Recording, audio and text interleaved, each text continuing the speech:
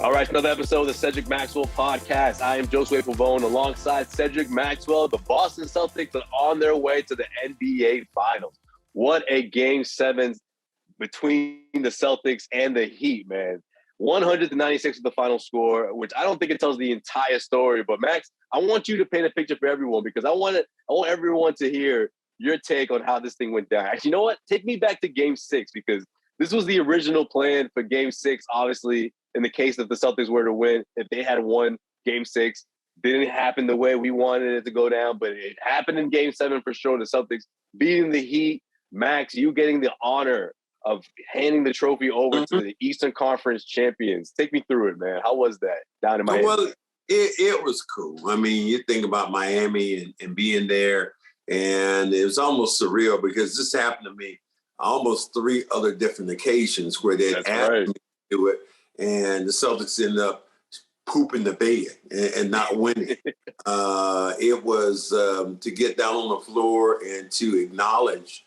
First thing I want to do is when the Lisa Salters came to me, I wanted to acknowledge with a thank you, but then go from there to talk about Miami Heat, how well they played. And that was a team that was often injured. A lot of things could have gone wrong, but they held in there till the last stone was thrown. And for me, we were, up in Miami, you're at the top of the bowl. So once the horn goes off, I'm going down the steps, and all the Miami Heat fans are going up the steps. So I'm this small Hispanic guy is in front of me. He's the guy who is supposed to guide me down, and I'm following him. Nobody wants to get out of the way, and I need to get to the floor quickly so I can do this ceremony and get out there, finally get to the end and get out there and start the ceremony. Was so cool, man, to be out there among the players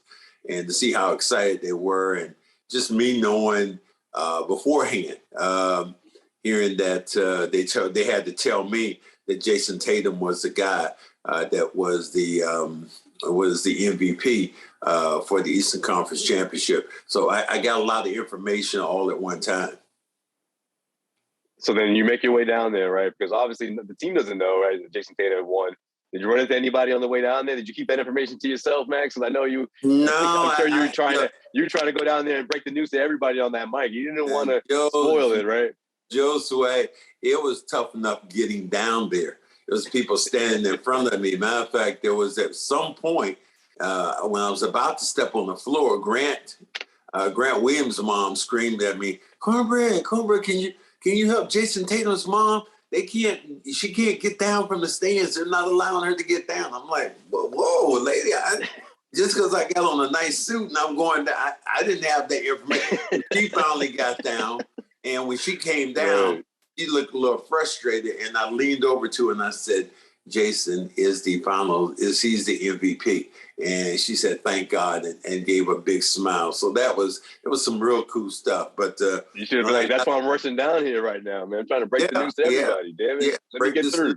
And then now, we're gonna have these some of these T-shirts. I guess that's the next thing to do. How about the Celtics? And, everybody got excited about it. I love the fact that I was talking to a couple of people and they said, boy, Max really cracks me up. They said that's what happens when you let somebody's grandfather get on the microphone, a loud microphone in a game like that. Because they might say anything. I was dying. That obviously that part had me rolling, and I was cracking up, clapping, and everything. But what got me was the second time when you're going to give the MVP, the Larry Bird trophy, the first winner to Jayson Tatum, and you go, what did you say? Damn it, I forgot. I forget the exact words. You were like, "That's on, girl. That's on right now, girl." Girl, it is good being on the top. That's what it was. Girl, it's good. And then when I said that, I was trying to hold the suspense. I said, and the MVP of the Eastern Conference Finals is let's see here. Jayson Tatum. So it gave me a chance really just to get a lot of stuff out. And then I just went from interview to interview to interview to interview. And it was just kind of surreal. And we didn't get back here. The team, I fly with the team, so we didn't get back in Boston. We didn't land until about 4:30 a.m. So for us to get off the plane, essentially, you could see the sun rising out of the east, and it was starting to get bright. And by the time I got home, I think it was closer to 5:30, something like that. By the time I ended up getting home, so it was a confusing, long, strenuous night. I wonder if they didn't want any Celtics fans out there partying and celebrating in Miami. You know, how about instead of that? How about you, Josue? Or do you think it was they didn't want the players to stay in Miami and somebody go to South Beach? Yeah, that too. Yeah, that could have been it. I'll leave that to you with your young ass. You can tell me, like, if you got players who just won it going to South Beach, there's COVID, there's women, that's not good. Good look. That's not a good look.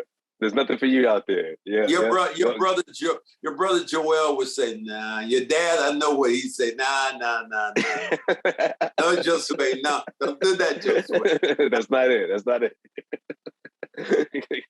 Man, growing up, my brother's mind used to always be, especially when I was going off to college, always be, hey, man, hey, stay safe, man. It was simple, right to the point. Hey, stay safe, man. It's like, all right, Joe, I got you. Like, it was well put. But yeah, you know what? The Celtics, look, they got to stay focused here because, look, the NBA Finals start in a few days. You know, you have the media days is right around the corner. Look, you already got your bags packed. You're not going to be in town for long, right? For less than 24 hours. Just wait. The focus shifts over to a completely different beast, right? I am packing my bags as we speak. I got a couple of suits here. I can tell. What you trying not to the finisher? I mean I got a shirt on because I was on Comcast. I was just on that's NBC. Right. That's right. Okay, get the button down ready. Yeah, doing Zoom a minute ago. So that's why I'm wearing the shirt. And cuff links and the whole nine because I'm sitting right here on my couch. I thought you was trying to flex on our podcast. I thought you because the Celtics are in the finals now. I thought you was trying to. They actually wanted me to come to the studio today. I said, man, I can't come to the studio. I said, I'm just getting back. I can do a Zoom. I'm just getting back. I said, I'm here with Yolanda. I have one day actually to stay here before I leave for the next, she would say 6 days, 7 nights, or 7 nights and 6 days, whatever, however she boils that down to. Whatever exaggeration she whatever she comes to. But, so it was a day really, and then to do a Zoom and do a Zoom with you and do our podcast was just as important. So I'm able to get a lot of things out of the way before I get to San Francisco. The only thing I didn't get out of the way is this beard is coming in nice right now. So I got to find a barber maybe once I get to San Francisco. Yeah, man, I got to see my boy Luis one time before I go out there for sure, man. I got more time than you do, a little bit more time before I head out west. But man, let's talk about Tatum. Obviously, the MVP. So we got to talk about him, right? 26 points in the clincher. Well, let me ask you this. What do you got? Was he actually the MVP, or was Jimmy Butler? Oh, was Jimmy Butler the MVP? Yes, he was close. It's funny you bring that up because I brought it up during our Celtics post-game show. I brought the same question. I just want to see what everyone else thought because it did cross my mind. And the numbers are close. They're really close. But I think in order for someone like that for the star of the losing team to win it, it can't be close, right? It's got to be significant. It got to be a significant gap. But man, what a heck of a series for Jimmy Butler, man. That was the greatest performance I've ever seen from Jimmy Butler in Game 6. To follow that up, let alone just to follow that up 2 days later, it's one incredible feat. And look, if you're a Heat fan, I know it might be hard to say this right now, but you can't fault him for taking that three. He went for the dagger, man. He went for it. I don't blame him. He worked his behind off of that moment, and he went for it. And I think a lot of his teammates would say the same. I really do. Yeah, he went for it. Kyle Lowry. I think that was a wounded team. They played strong. They didn't want overtime, Max. They were resilient. Let's just look at it. They were resilient. Oh, yeah. Have them down. Absolutely. A bunch of people right now, this is the scenario which is going around is like, oh, my God, Marcus Smart missed 5 shots. These were wide open looks that you have to take. You know anything about basketball, you have to take those looks. And he just missed them. He missed those shots. And so I think that you look at it now and going, but look how many shots he made.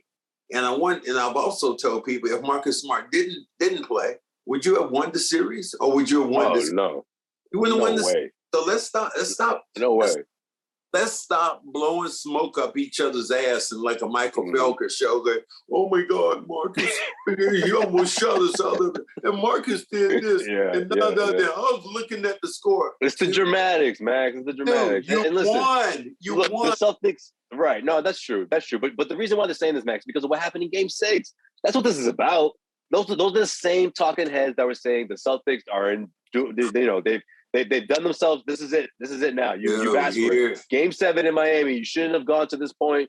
Yada, yada, yada. But even though this has been the same Celtics team that's done this in the past, they did it against the Bucks. They've done it before when their backs are against the wall. That's just the way they like it, honestly. And look, I don't think. Let's hear it. That could bite them in the finals, Max. I don't know. You can't have that same approach. Yeah, I don't think they like it like that, but I think that it just boiled down to it. Then why do they keep doing it then? Do you think they did it on purpose for giggles and laughs? No, they missed some shots. Jaylen Brown goes in for a layup. The approach doesn't change. He hits Bam in the mouth. Jayson Tatum misses a couple of shots. Tap ins around. The one thing that bothered me was that one of the most critical plays of the game, Jaylen Brown taps the ball with that last rebound. He taps it out to somebody else instead of grabbing it. So it was just so many things that happened in that game late. But, you're going right now, you look at the Celtics are going to the finals. And I don't think anybody would have looked at this team sometimes in January or late December and went, hey, this team can go to the finals. You would have looked at this team. Well, yeah, Max. I don't think anyone's saying they don't deserve to be here. You're in the 11th place. You're in the 11th place. And you have a coach which is unproven and a young rookie coach, and the players not really performing up to expectation. And then all of a sudden, Zoom. Only 2 teams now left. We got 31 teams right now in the NBA, or whatever you have in the NBA. And the Celtics are the last 2 standing with Golden State. This episode of the Cedric Maxwell Podcast is brought to you by Indeed. If you're hiring, you need Indeed, because Indeed is the hiring partner where you can attract, interview, and hire all in one place. And Indeed is the only job site where you're guaranteed to find quality applications that meet your must-have requirements, or else you don't pay. Instead of spending hours on multiple job sites hoping to find right candidates with the right skill sets, you need one powerful hiring partner that can help you do it all. Indeed partners you on every step of the hiring process. Find great talent through time-saving tools like Indeed Instant Match, assessment, and virtual interviews. With Instant Match, as soon as you sponsor a post, you get a short list of quality candidates with resumes on Indeed that match your job description, and you can invite them to apply right away. Plus, you only pay for quality applications that meet your must-have requirements. Indeed is the easiest way to find great talent, and according to ComSource, Indeed is the #1 job site worldwide. And Indeed delivers 4 times more hires than all other job sites combined. And that's according to CLNS. Join more than 3 million businesses worldwide that use Indeed to hire great talent fast. Start hiring right now with the $75 sponsored job credit to upgrade your job post at Indeed.com/Maxwell.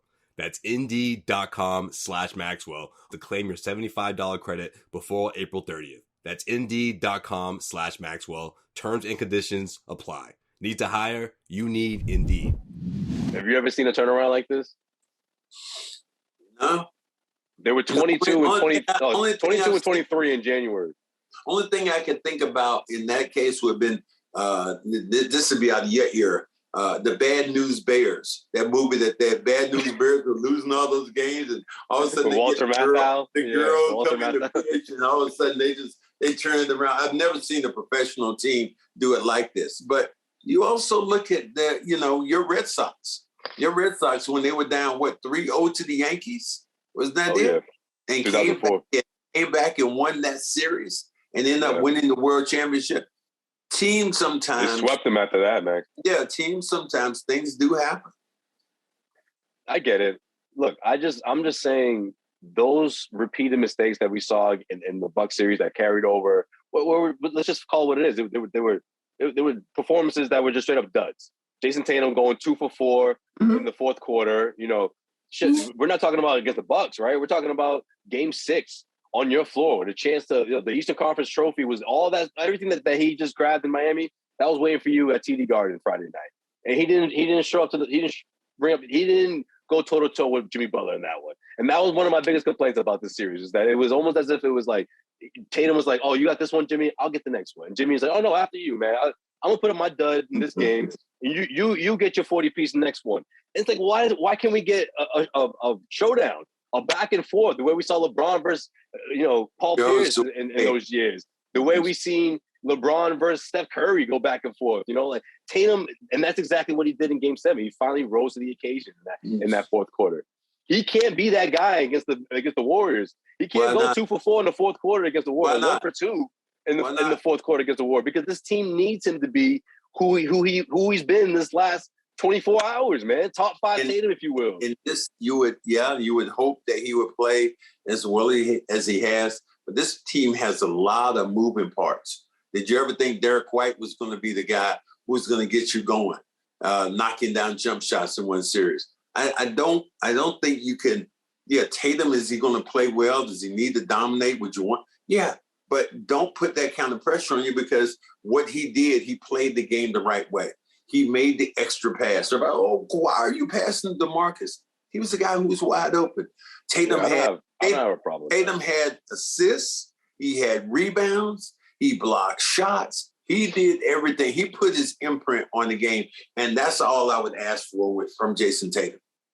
I mean, was the biggest step in this team's defense, right? Like the way he's taking things way more serious on the defensive end this year than ever, right? I mean, he finished with 2 blocks and a steal in that Game 7, stacking up those assists, 6 assists, 10 rebounds. Yeah, all of that. You want to see the complete player in this series. But let me ask you this, though. What's the key matchup in between the Celtics and the Warriors? Like out of the starting 5, which one do you think can make or break the Celtics in this series, or could give a team a significant edge versus the other one?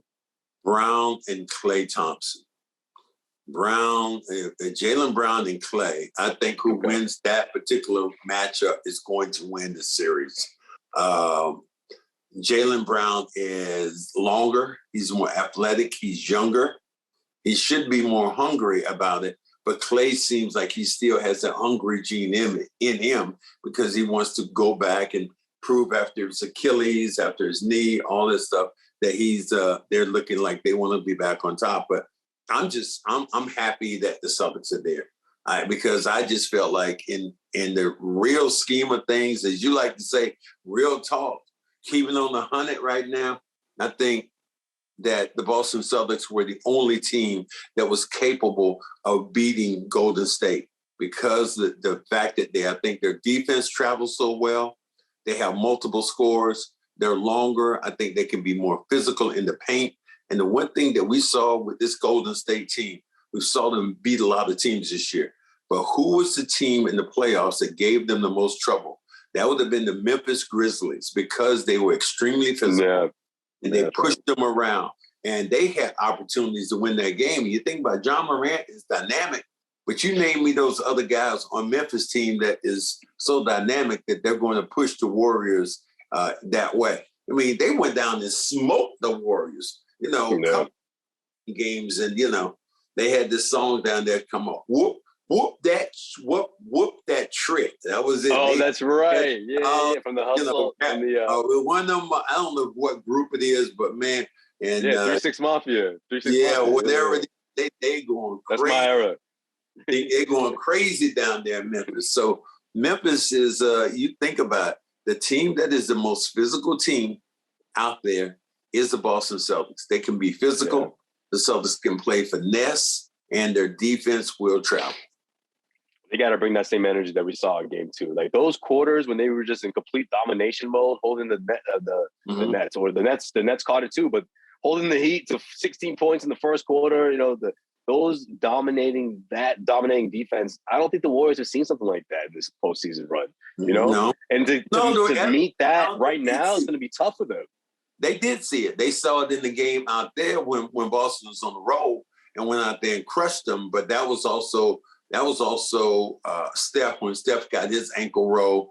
But Poole is going to be difficult. This is both teams right now. Both teams right now have enigmas, guys who can play at a high level and can change the perspective of a series. Otto Porter, another guy who's always hurt the Celtics from the corners, knocking down jump shot. Veteran guy. You see all these pieces around. Andrew Wiggins, is he going to play? Yeah, that's the guy I was going to bring up too. So, Mooney. The thing the Celtics have is size, and I think they have, God bless you, and the ability to rebound the basketball. Good looks, man. I think it's the first time it's ever happened. I've never sneezed before. I'm doing one of these Zoom things. It happened. Like I said, in a minute, I'll probably start yawning. I'm so doggone tired. I know, man. How are you doing it? I mean, the players, everyone talks about the players going through the grueling schedule. They forget about the broadcasters, huh? Yeah. They're on the same schedule, man. Yeah, we're on the same schedule, on the same plane. Obviously, we're not on the court, but I felt like I was on the court trying to get down to the court after Sean, gave the last little whistle and said the Celtics had won. I did feel like that. Yeah, I bet. All right, how about this matchup? We'll do one more before we change the topic of conversation here. How about Draymond versus Al Horford? I love that matchup for a number of reasons. I like that matchup, and to me, Draymond obviously is a better assist guy because of the guys he has to pass it to, and he's been doing it over the years. But Al Horford is a much more reliable scorer who can get you on the box or take you on the outside and knock down some jump shots. He's going to make you work. Al was huge in that game. You think when Strus went in and tried to dunk on Al was able to block that, keep the ball in play, and run back the other way. I mean, there were so many in that game. People complain right now about the Strus three-point basket, which was taken away. After about 3 or 4 plays, they went back and they saw that Strus was out of bounds. And people complained. People were complaining about that, but they got it right. They got it right at the end of the day, and that's all that matters. Instead of oh my God, they didn't do it here and they didn't do it there. They looked at it as a caucus and they got it right. This is what happened. You could clearly see that his foot was out of bounds when he took this jump shot. Yeah, it was the right call. They got it right. But look, the stops against Jimmy Butler, I thought were huge. I mean, obviously, they're going to try to get him on an island with Steph Curry and try to do it, but I think he can handle his own.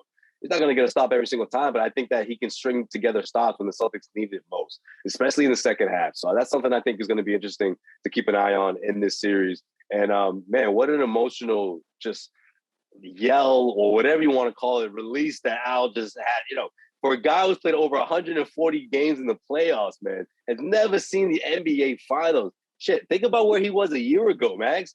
Man, like not knowing what's going to happen with OKC, knowing that he wasn't a part of their future. He didn't know what his basketball playing future was going to be. Brad Stevens, he gets his promotion or whatever people want to call it, the adjustment that the Celtics organization made. And what's the first thing he did? He pulled the trigger to trading, Kemba Walker for Al Horford. And what a move it ended up being for this team. The way it paid off. Paid dividends for this Celtics team that's not going to the NBA Finals. And Al Horford has a lot to do with that. Yeah, and people keep talking about the draft pick. Oh, you had to give up a draft pick to get rid of Kemba. You had to do this with OKC, but you got back a guy who was very familiar with the system, that Brad loved, who is still right now very, very physically fit because he was able to take a year off from Oklahoma City. And I remember talking to Al about that. He said, he didn't know what his future was because when Oklahoma sent him home, he said the one thing he was doing was every morning he was getting up with his child and dropping him off at school. So he didn't have a clue about what was going down. And now for him to, for me, literally to grab that trophy, as they told me, and, we want you to take this trophy. And yeah, you have to call him the old man. Damn, Max. Somebody said, well, would he be like really pissed off about that? Well, he is. He is the old man on this team.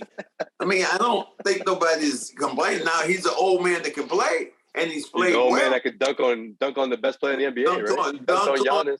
Dunk on you, knock shots down. Al was huge in this series. I think he had 14 rebounds or something like that. He kept Bam under wraps. Bam did very little in this series. So, and you know how Bam plays against Daniel Tice. That's a foul waiting to happen. But with Al, Al was able to keep him pretty much at bay and not really let him get a lot of things going. Yeah, he was huge. He was huge. And obviously on the offensive end, he had more than a couple of big performances just throughout throughout the postseason run. And I still go back to game one and thinking just how tough that must have been for him to sit out of that. And you can't help but wonder what would have gone through his mind if Suns were to lose game 7. You think, what if I played in that one? What if we got off to the right start and this whole thing wouldn't have gone this far and all that? But I guess all that's in the rear view. But yeah, look, to piggyback on what I was saying earlier, you just hope that these bad habits don't carry into the NBA Finals. An experienced dynasty in the Golden State Warriors, they're gonna sniff out those mistakes, man. They're gonna make you pay. And I think they'll make you pay in a way that know the team can. Everybody says all these different things, what you might do. Mike Tyson says it best. You don't know what you're going to do until you get punched in the mouth. And the Celtics defense could actually punch Golden State in the mouth. They're going to be physical. They're going to get up in them, be aggressive, try to put Curry in a lot of pick and roll situations, make him defend the basketball. I think the game plan is pretty simple, and not turn the ball over. Golden State wants to run. And when they run, they run off of turnovers. The thing they'll also do is turn the ball over because they want to pick the pace up so fast. Right, absolutely. I just think Al has a lot to do with that in terms of just anchoring this defense and making this tough on the offensive end as well, and making sure that guys like Draymond Green just don't get comfortable, right?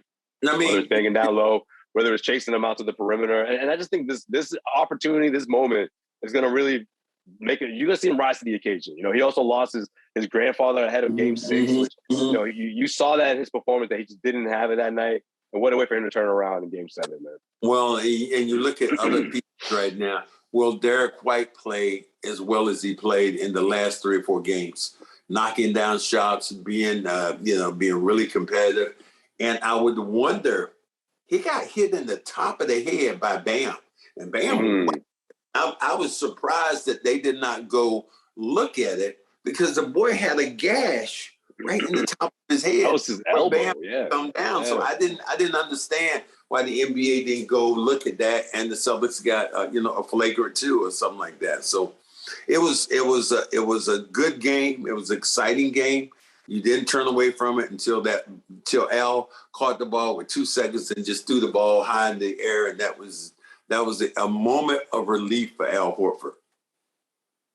All right, Max, give me the keys to winning the NBA Final for the Boston Celtics, man. How can they make this happen against the Golden State Warriors? Obviously, take great shots, rebound the ball, not allow a bunch of second and third chance opportunities, and to me, more than that, not turn the ball over because the Warriors want to run. They want to run off your turnovers. You got the defensive player of the year in Marcus Smart. He's probably going to get stronger and better coming in and playing against Steph Curry. Both teams are almost a mirror image of each other. I do want to see what happens if Jaylen Brown actually remembers when Steph Curry, must have been about 2 or 3 years ago, Steph Curry hit a shot in his face in Golden State. And then he took his mouthpiece out and he pointed to Jaylen and did all this other antics that went along with it. But he didn't even get a technical. So I wonder, is Jaylen going to remember that and give him that much more motivation? Yeah, I would think that he's going to have a big series in this one because I feel like Jaylen, if you limit if you just don't even factor in the turnovers, you're thinking what a consistent postseason performance, What are you saying right now with Jaylen? Don't dribble in a crowd of people. No. He gets squirrely with the ball sometimes. Yeah, but why does he go right into like triple teams, Max? It's like, man, don't pass it off, reset. Like he tries to force the issue, and that's the thing that drives everyone crazy because it disrupts the offense. It gets the other team going, and all of a sudden that 27, 28 points or whatever. Even the 40-point game, people were like, well, what about those turnovers? That's exactly that was the case. That's what everyone was talking about. That you dropped 40. Make sure you keep the ball on the string, not turn it over. Obviously, you have to identify where Steph and Poole and Thompson are almost all the time. But they also got a couple of wild cards over there. Although Porter it could be a wild card for them. You look at Andrew Wiggins. Is he going to be a wild card? He played well in this series, but a lot of other series he did not show up. So there's things that both teams right now are going to focus on. And you look at Rob Williams. Is he going to be healthy? Ime Udoka definitely picked something out after the game. He said, Rob, thank you. You gave us all you had. We know you're hurt right now with a little pain in your knee, but we got to have it. We got to have you going. If we're going to win this thing, we need you to be productive.